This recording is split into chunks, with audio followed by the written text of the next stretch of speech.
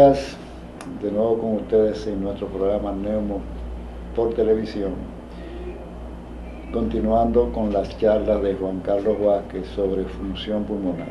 La semana pasada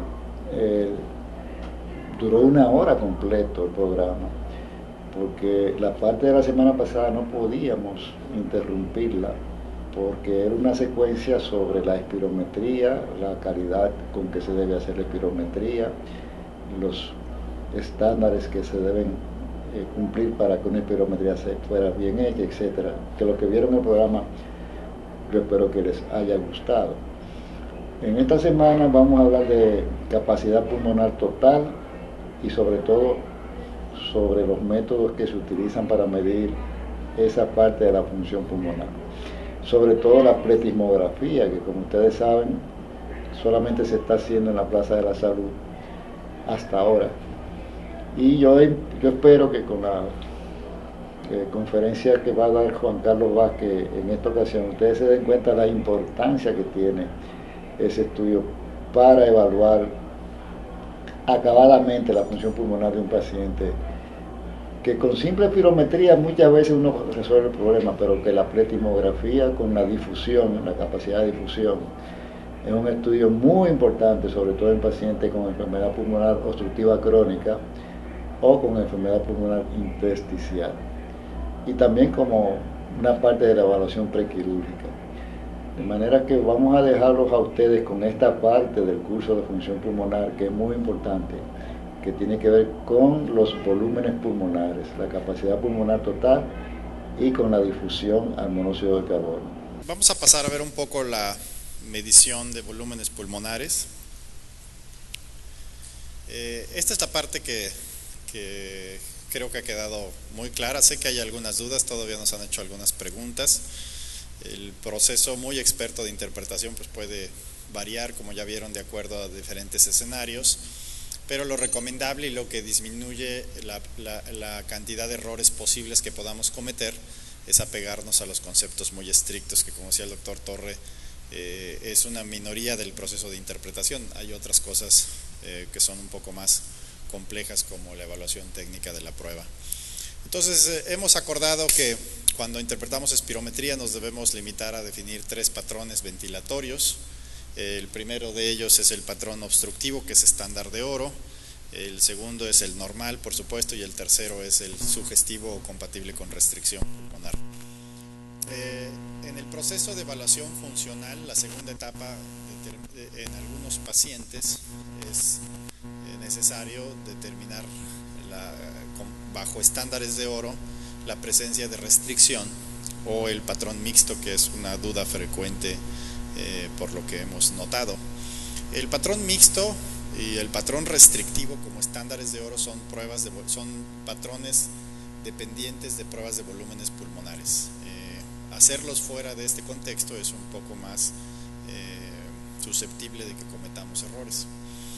Las pruebas de medición de volúmenes pulmonares completas pueden ser pruebas funcionales respiratorias o pruebas de imagen. Las pruebas funcionales respiratorias, el más frecuente y el más recomendado es la pletismografía corporal, pero pueden tener dilución de helio, lavado de nitrógeno, que son otras pruebas que por su simplicidad son cada vez más disponibles en algunos equipos. Y las pruebas de imagen pueden ser desde radiografía de tórax, que ahí se han hecho algunas validaciones de planimetría, y el volumen es proporcional a la superficie de los pulmones en la radiografía, y los softwares más modernos de tomografía les permiten medir el volumen de los pulmones, aunque son estudios no recomendados por el riesgo de radiación.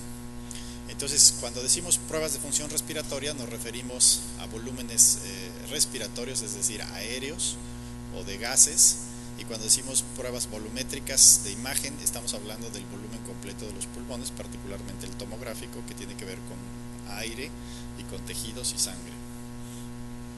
No importa qué prueba usen para hacer volúmenes pulmonares completos, necesitan medir la capacidad funcional residual, la capacidad vital y la capacidad inspiratoria. Eso es lo que tienen que medir directamente y ahorita vamos a ver por qué. Incluso el volumen de reserva respiratorio lo pueden obviar. La capacidad pulmonar total y el volumen residual son parámetros que se calculan en todas las pruebas y que son, curiosamente, los que interpretamos de manera directa. pero es importante mencionarlo desde ahora, que cuando los interpretan estamos interpretando parámetros calculados o estimados, no son mediciones directas, y esto también implica algunos errores. Recordando algunas cosas muy simples de volúmenes pulmonares, recuerden que volumen es la cantidad de aire que tienen en los pulmones en un momento dado. Por ejemplo, si no respiran, en este momento están en capacidad funcional residual, que es una situación de equilibrio del pulmón, o sea, y es un volumen muy importante porque les habla de un equilibrio entre las fuerzas de retracción y de expansión mecánicas. Y capacidad pulmonar es la suma de dos o más volúmenes. Es muy simple, vamos a repasar algunas de estas porque vamos a hablar con detalle. El volumen corriente ya lo saben, la cantidad de aire expirado, porque técnicamente así se define, y medido a nivel de la boca, que respiran en cada ciclo respiratorio aproximadamente 500 mililitros. Eso es el volumen corriente. Si ustedes inflan por completo el pulmón, desde el punto en que del final de un volumen corriente normal hasta el volumen máximo, es lo que llamamos volumen de reserva inspiratoria. Eso sería otro parámetro. Esto es muy básico, pero es muy importante porque en las pruebas de pletismografía y de difusión estas maniobras las hacen. Entonces recordarlas, identificarlas, es muy importante para poder entender las pruebas. El volumen de reserva expiratoria es desde un punto al final de la expiración normal, que es la capacidad funcional residual, es el máximo volumen de aire que pueden exhalar. ¿Okay? Entonces, esto es volumen de reserva expiratoria. Esta maniobra es utilizada para difusión pulmonar de monóxido de carbono. La capacidad vital ya la conocen, es el máximo volumen de aire que pueden ventilar entre los dos extremos, máxima inspiración y máxima exhalación, o la inversa, máxima exhalación y máxima inspiración. En este contexto, la primera sería capacidad vital expiratoria y la segunda sería capacidad vital inspiratoria, ¿no? O sea, lo pueden medir en uno o en otro sentido. Y le pueden poner diferentes apellidos. La capacidad vital forzada es de la espirometría con máximo esfuerzo, la capacidad vital lenta o relajada, ¿ok? Entonces, es propia de la pletismografía. Esto también ya lo hemos dicho repetidamente, con espirometría no pueden medir el volumen residual, que es el volumen que contienen los pulmones después de una máxima exhalación, sin importar en qué punto empezaron a exhalar. Pero después de máxima exhalación, lo que queda en el pulmón es volumen residual. Perdón. Si ustedes conocen la capacidad vital y el volumen residual, entonces eso es la suma de esto, es lo que da la capacidad pulmonar total, que es todo el volumen de aire que pueden contener en el pulmón en una máxima inspiración. Entonces, pero en la práctica, la forma de conocer la capacidad pulmonar total es midiendo la capacidad funcional residual y la capacidad inspiratoria. Entonces, la capacidad funcional residual, ya les dije, es lo que contienen en un punto de reposo dentro de la caja torácica. Entonces, fisiológicamente es muy importante porque si ustedes no respiran o dejan de respirar por un momento, están en reposo, es el aire que se está intercambiando con la sangre, es una reserva de oxígeno para el sistema. Entonces esa es la relevancia de la capacidad funcional residual. Las personas obesas o los buzos, cuando en estas condiciones que pueden reducir la capacidad funcional residual, pueden tener más tendencia a la hipoxemia. Esa es una de las implicaciones.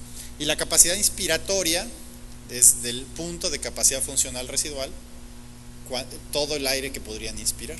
O sea, están en reposo, inflan el pulmón por completo y esa es su capacidad inspiratoria.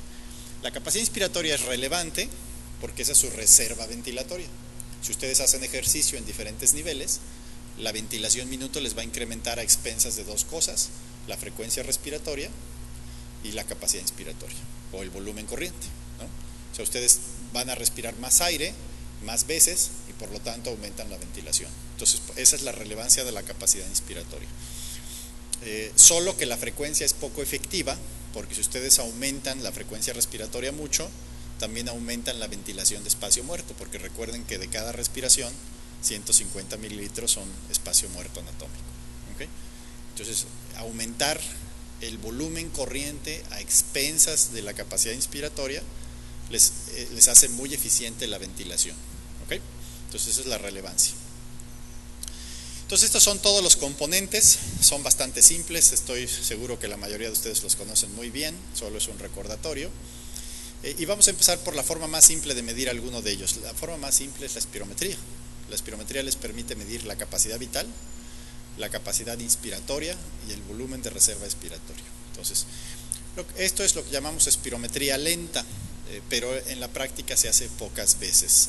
En términos generales yo diría más porque no tiene utilidad, porque no se ha universalizado. La mayor utilidad de hacer espirometría lenta es probablemente medir capacidad inspiratoria, y ese parámetro podría ser más útil para valorar atrapamiento aéreo en pacientes como EPOC. Pero como se carece, como no ha estado muy bien estandarizada, no se ha universalizado y no hay valores normales tampoco muy generales, pues no ha pasado al uso general, pero es bastante útil. El parámetro más sencillo sería de ver siempre la capacidad inspiratoria, como les decía. Es mucho menos estudiada, como ya decíamos, hay menos estandarización, pero tiene ventajas. Por ejemplo, hay menos compresión dinámica por el máximo esfuerzo que se pone en la espirometría, y eso podría dar algunas ventajas, pero todavía no es un estándar.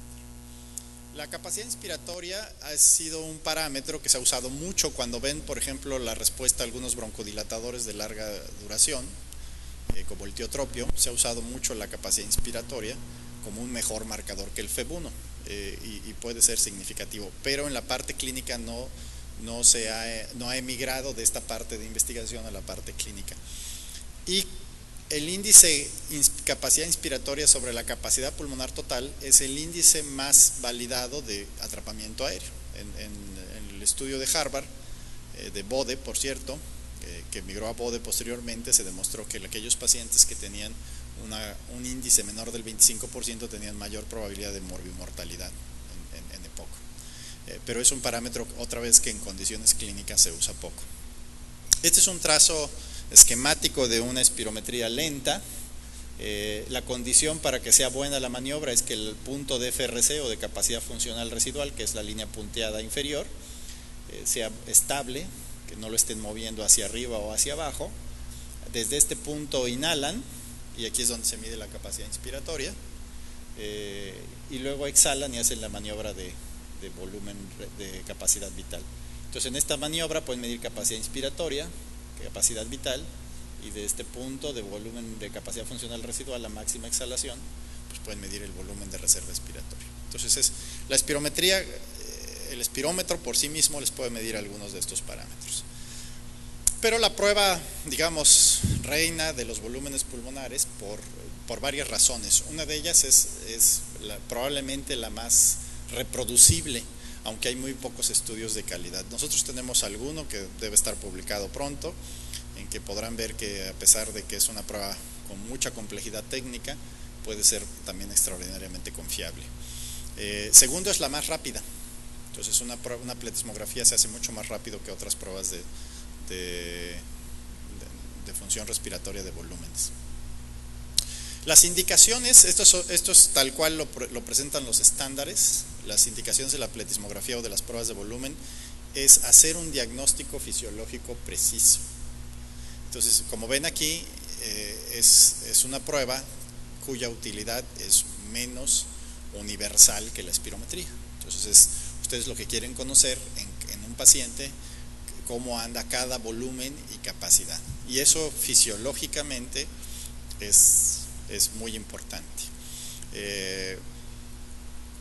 En términos generales, es la prueba estándar de oro para determinar restricción. Si ustedes miden capacidad pulmonar total, pues entonces pueden hablar con precisión de lo que es restricción pulmonar. Y también les ayuda a determinar y cuantificar la hiperinflación pulmonar, que sería el otro extremo. Observen cómo no dice obstrucción. La obstrucción es una definición espirométrica. ¿Okay? La pletismografía es una prueba que define atrapamiento aéreo. ¿Okay? Hiperinflación o hiperinsuflación y atrapamiento aéreo. Y por supuesto la combinación de los dos patrones, que es el patrón mixto. Este sí es un patrón definido por pruebas de volúmenes. Todas las pruebas de función pulmonar tienen indicaciones y contraindicaciones, pero las de volumen pues son son prácticamente las mismas de espirometría, más las que no les permitan meter a los pacientes a la cabina. Habitualmente son dispositivos de movilidad, que eso es cada vez menos porque hay pletismógrafos que son capaces de recibir pacientes en silla de ruedas, oxígeno, venoclisis, etcétera. Claustrofobia es otra de ellas. Los pletismógrafos, aunque son tecnológicamente muy complejos, su principio es relativamente simple. Los más frecuentes, no todo tipo de pletismógrafos, pero los más frecuentes es como el que está esquematizado en la imagen que tienen. Es un pletismógrafo de presión variable. ¿Qué quiere decir? Que lo que miden son los cambios de presión dentro de la cabina. El equipo, como ustedes saben, si es semejante a una cabina telefónica donde cabe un individuo cómodamente sentado, y la cabina debe sellar herméticamente, de tal suerte que ustedes puedan medir los cambios de presión que se dan en la cabina, por cierto, en relación a los movimientos respiratorios. Adicionalmente, el pletismógrafo debe tener un sistema de conexión igual a un espirómetro. Es un neumotacógrafo habitualmente, el cual tiene un sistema de obturación que les permite medir los cambios de presión en la boca con la boquilla cerrada. Se ocluye y es cuando miden la maniobra de pletismografía. Y el espirómetro propiamente, o el neumotacógrafo, les permite medir volúmenes y flujos. Hay un transductor de presión en la boquilla que les permite medir la presión en la boca, y hay un transductor de presión en la caja que les permite medir la presión dentro de la caja. Y el principio es relativamente simple.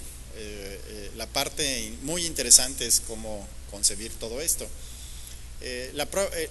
Como ya vieron, la prueba fue descrita en 1956 por Du Bois y se basa en la ley de Boyle, que vamos a ver ahorita en un momento, y consiste en tener al individuo en esta cámara herméticamente cerrada, conectado a una boquilla, y obturar la boquilla mientras respiran, con una maniobra actualmente más definida. Y el volumen pulmonar se mide por cambios proporcionales a los cambios de presión dentro de la caja en relación a la maniobra que implica comprimir y descomprimir el pulmón. Para recordarles un poco la ley de Boyle, que data de hace casi 4 siglos, es un principio bastante básico también. Boyle lo que hizo fue un experimento muy sencillo. Tomó un tubo de cristal en forma de J y le agregó mercurio y atrapó gas en el otro extremo, en el extremo más pequeño, y le fue agregando mercurio. Y lo que él describió es que el volumen era inversamente proporcional a la presión. Más mercurio, más presión, y como efecto menos volumen. Entonces, el volumen es inversamente proporcional a la presión. Pero no así de simple. La parte relevante en esta descripción es que es una relación extraordinariamente lineal. Una unidad de presión es equivalente a disminuir una unidad de volumen. Es una relación muy lineal. Entonces, si es la relación 1 a 1, físicamente es lo mismo. Presión multiplicado por el volumen. Eso es lo que tienen. Les voy a poner un ejemplo más simple, algo que han hecho todos. Si toman una jeringa y le tapan el orificio de salida y desplazan el émbolo, entonces si ustedes comprimen el émbolo, disminuyen el volumen, pero están poniendo más presión. ¿Ok? Si ustedes jalan el émbolo, aumentan el volumen dentro de la jeringa, pero disminuyen la presión. Físicamente, como esto es lineal, es una relación matemática o física. ¿Ok? Entonces, si aquí multiplican la presión por el volumen, es lo mismo físicamente hablando que aquí, en el otro extremo. Físicamente es la misma relación, un extremo que otro, porque tienen la misma relación lineal. ¿Está claro esa parte? Bueno, esto es muy importante porque es lo que hacen en la pletismografía. Ustedes lo que van a hacer, su pulmón es como la jeringa, se tapan la boca y la nariz, y lo que van a hacer es comprimirlo y descomprimirlo. ¿Ok? Entonces, es lo que hacen en la pletismografía. Se sientan, se conectan a la boquilla, se ponen las manos en las mejillas para que las mejillas no jueguen un papel en la presión de la boca, y lo que van a hacer es como una apnea obstructiva, ¿no? Entonces se tapan nariz y boca y lo que tratan de hacer es inflar y desinflar el pulmón. ¿Okay? Eso es una maniobra más difícil que la espirométrica, por si les parecía la espirométrica difícil, pero también la mayoría de las personas que la hacen por primera vez, entre el 80 y el 90% la pueden hacer suficientemente bien, pero es un poco más difícil. ¿Okay? Entonces tapan nariz y boca y entonces tratan de meter y sacar aire, ¿no? Entonces eso, y es exactamente lo que hacen con la maniobra. Al inicio, a la preparación del equipo, se hace una calibración ya propia del equipo, que ven que cuánto volumen, un volumen conocido, por decir así 100 mililitros o 200 mililitros o X, qué cambio de presión genera en la caja. Entonces, si ustedes en esta calibración saben qué cambio de presión significó un cambio de volumen, entonces cuando miden los cambios de presión dentro de la caja durante la maniobra, pueden calcular cuánto volumen están hablando. Es una prueba extraordinariamente interesante y útil, pero es poco usada porque es poco entendida. Si la espirometría a veces no la entendemos, la pletismografía se entiende mucho menos. Entonces es un problema de conocimiento, de familiaridad más que otra cosa, ¿no? Entonces, como muy bien dijo el doctor Torre, o sea, los profesionales, no los aficionados, tenemos que entender estas pruebas y usarlas. ¿Okay? Entonces, vamos a repasar un poco cómo es la prueba. Lo que hacen es colocan al sujeto dentro de la cabina, le ponen la boquilla y lo hacen respirar normalmente. Esos son volúmenes corrientes. En esta etapa, el técnico se asegura que el punto al final de la expiración, que es el punto de capacidad funcional residual, no se mueva, porque los pacientes, como están encerrados en una cabina y están conectados a una boquilla, pueden ponerse un poco nerviosos y entonces subir este punto o bajarlo. Después, entre 3 y 10 respiraciones, cuando el técnico se asegura que este nivel es estable, que es la maniobra de respiración normal y que eso les mide el volumen corriente, hace la oclusión de la boquilla. Y al paciente lo que le pide técnicamente es desde que está respirando, póngase las manos en la mejilla y cuando sienta que se ocluye la boquilla y no puede respirar, usted va a jadear, aunque no va a mover el aire, pero va a jadear el equivalente a 3 segundos y en esos 3 segundos debe hacer 3 respiraciones. ¿Ok? Entonces más o menos si pudieran exhalar, pues harían algo así como esto. ¿Ok? Y si tienen la nariz y la boca tapada, pues no van a mover el aire, pero esa es la maniobra que tienen que mantener, ¿no? Entonces, ¿okay? ¿Qué están haciendo? Están comprimiendo y descomprimiendo el pulmón en ese momento. Esa es la maniobra de compresión y rarefacción. Cuando hacen la oclusión, es cuando el equipo grafica el cambio de presión en la boca, que es con el cambio de presión en la caja. Y la gráfica bien hecha debe verse como una línea inclinada, prácticamente. ¿Okay? Y esa es la maniobra de pletismografía o la maniobra de ITGB o TGB, como dicen muchos equipos, que es volumen de gas torácico o intratorácico, o capacidad funcional residual pletismográfica. Esto les permite medir la capacidad funcional residual. Acuérdense lo que les dije, están comprimiendo y descomprimiendo el volumen en capacidad funcional residual. Lo miden como cambios de presión. Estos cambios de presión están calibrados de acuerdo a un volumen conocido y por lo tanto pueden conocer en ese momento cuál es el volumen de gas dentro del tórax. ¿Okay? Entonces eso les permite medir, por lo tanto, porque estaban en este punto, la capacidad funcional residual. ¿Okay? Esa es la primera medición objetiva que hacen en la pletismografía. Cuando termina la oclusión, se abre la boquilla y el técnico le pide al paciente que meta todo el aire, hace una capacidad inspiratoria. ¿Okay? Esto les permite medir este componente. ¿Okay? Si conocen primero la capacidad funcional residual y luego midieron la capacidad inspiratoria, entonces pueden conocer la capacidad pulmonar total. El equipo suma esta, luego suma esta y dice esa es la capacidad pulmonar total. ¿Okay? No midió la capacidad pulmonar total, primero midió la FRC, luego midió la IC y por lo tanto calculó la TLC. ¿Okay? También son siglas en inglés, recuerden. Y después le pide el técnico que haga una maniobra de capacidad vital no forzada, lenta. Entonces aquí miden la capacidad vital. ¿Okay? Si conocían la capacidad pulmonar total, que midieron con la sumatoria de estas, y luego conocen la capacidad vital, ¿qué pueden calcular? ¿Qué les falta? El volumen residual. Entonces el volumen residual se calcula después de medir estas dos, calcular esta, luego medir esta, la restan y obtienen el volumen residual. Y eso es lo que hace el pletismógrafo, ¿no? Que para la gran mayoría parece una caja negra que no sabemos qué hace, pero es bastante simple. Esta gráfica es muy importante porque es la que les mide, acuérdense, las dos mediciones directas más importantes junto con la capacidad vital, que sería la tercera, son la FRC y la capacidad inspiratoria. ¿Okay?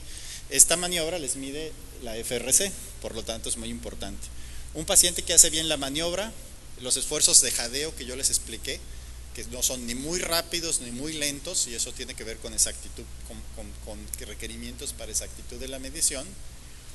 No son muy grandes, no deben rebasar más de 10 centímetros de agua, inspiratorios o expiratorios, que son 1.3 kilopascales, el equivalente por acá. Una prueba bien hecha les permite ver los dos extremos de la maniobra, que son este y este. Es una prueba regular, no está artefactada para arriba y para abajo, chueca, es casi lineal. Se ven los dos extremos, es menos de 10 centímetros, ¿okay? Y tiene poca histéresis, se abre poco, o sea, porque estas son asas en realidad, ¿no? Que tienen que ver con la inspiración y la expiración. Y vean ustedes, aquí tienen varias, y en términos generales se ven bien, algunas son muy grandes, como estas, pero están dentro del estándar, ¿no? Entonces, generalmente así es como se ve. La pletismografía tiene algunas limitaciones, no hay ecuaciones de referencia bien recomendadas, las maniobras son de aprendizaje y el paciente tiene que aprender a hacerlas bien. Es difícil realizar en algunos pacientes por entendimiento y la dificultad de hacerla. Las limitaciones de comprensión físicas, mentales y la claustrofobia son una limitación para realizarla. Y las maniobras a veces en algunos centros las hacen sin jadeo y eso tiene más errores, entonces es más cómodo para los pacientes, pero tiene más errores. Se hacen en volumen corriente normal. Si tienen exceso de gas corporal como el abdominal, pues pueden tener sobreestimaciones de la TLC, ¿no? En condiciones normales el gas abdominal es alrededor de 150 mililitros. Estos pacientes distendidos pueden tener estos problemas. El proceso de interpretación es también bastante dirigido, no es muy complejo, como también decía el doctor Torre. Las pruebas 80% puede ser comprender la parte técnica y asegurarnos de que están bien hechas, y 20% interpretarlas. Entonces eso es la parte probablemente más simple. No hay un estándar para graduar la calidad con grados de calidad como lo hemos hecho, pero lo pueden equiparar.